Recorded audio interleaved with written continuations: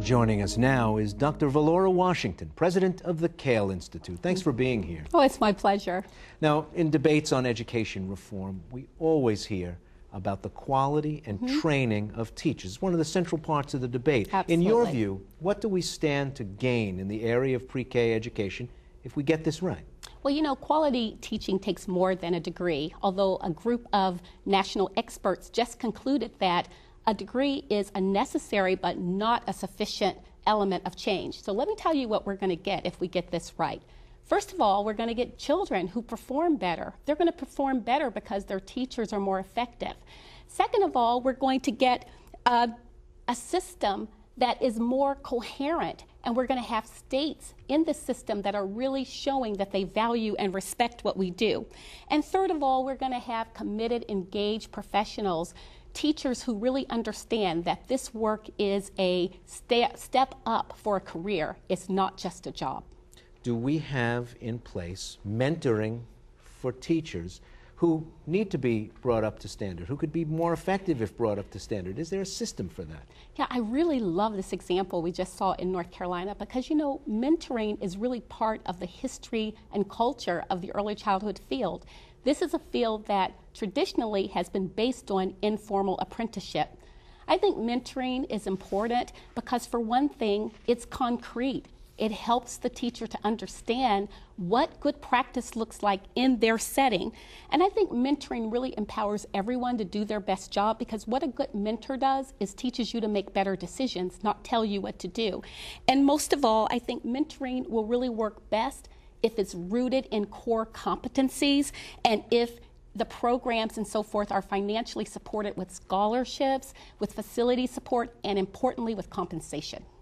You know, Valora, advocates in California told us about their success partnering with higher education. Courses they're now offered in or near pre-K centers, so the teachers just have to literally walk across the street to their college classrooms. And other states using this, are other states using this promising innovation? Yeah, what a terrific way to really integrate research and theory and practice by doing this. You know, Libby, the unfortunate truth is most of our preschool teachers don't have access to higher education because 1/3 of colleges offer a degree in early care and education, only 1/3. And you know what, even if it was accessible, most of us can't afford it. Well, Valora, you recently did a study on the role of higher education in training early childhood educators. What factors do you think will help build capacity for higher education in this regard? Well, we have 5 strategies that we want to recommend. First of all, we think that higher education really needs some champions.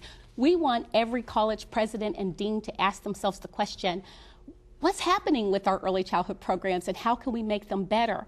Because you know what? 57% of the early childhood faculty are part-time. And that means that the faculty-student ratio in early care and education is 61-1 compared to the rest of higher education, which is 39-1. The second thing I think we need is statewide transfer agreements and articulation so that our teachers can really get credit for what they're learning and what they're doing. We also think that colleges need to be more sensitive to working adults because, you know, the typical preschool teacher is 39-year-old female that's just starting post-secondary education. The fourth thing that we want to do is we want colleges to have more experienced faculty.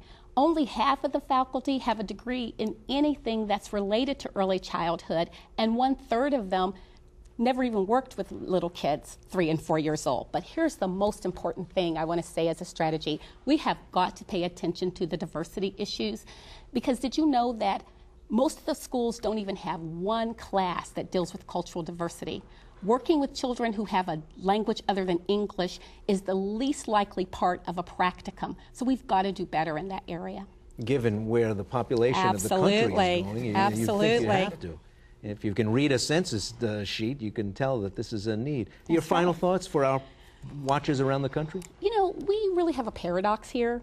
We have a paradox because I think the public really understands the value of young children and how important and what kind of expertise we need to work with young children.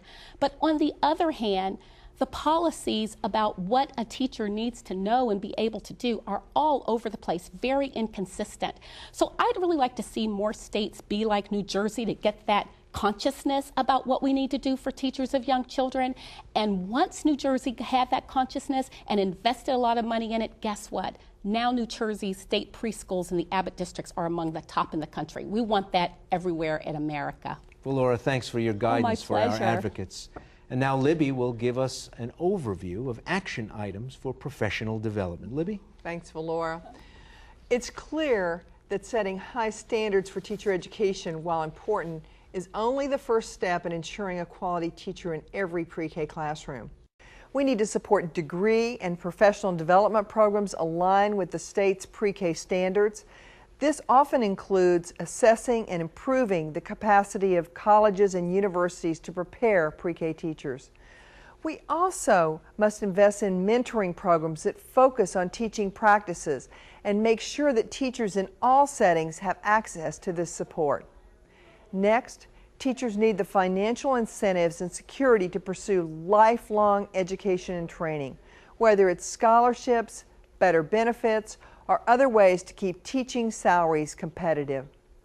And last, pre-K programs should provide strong monitoring and evaluation of professional development investments. We need to understand what works and what doesn't.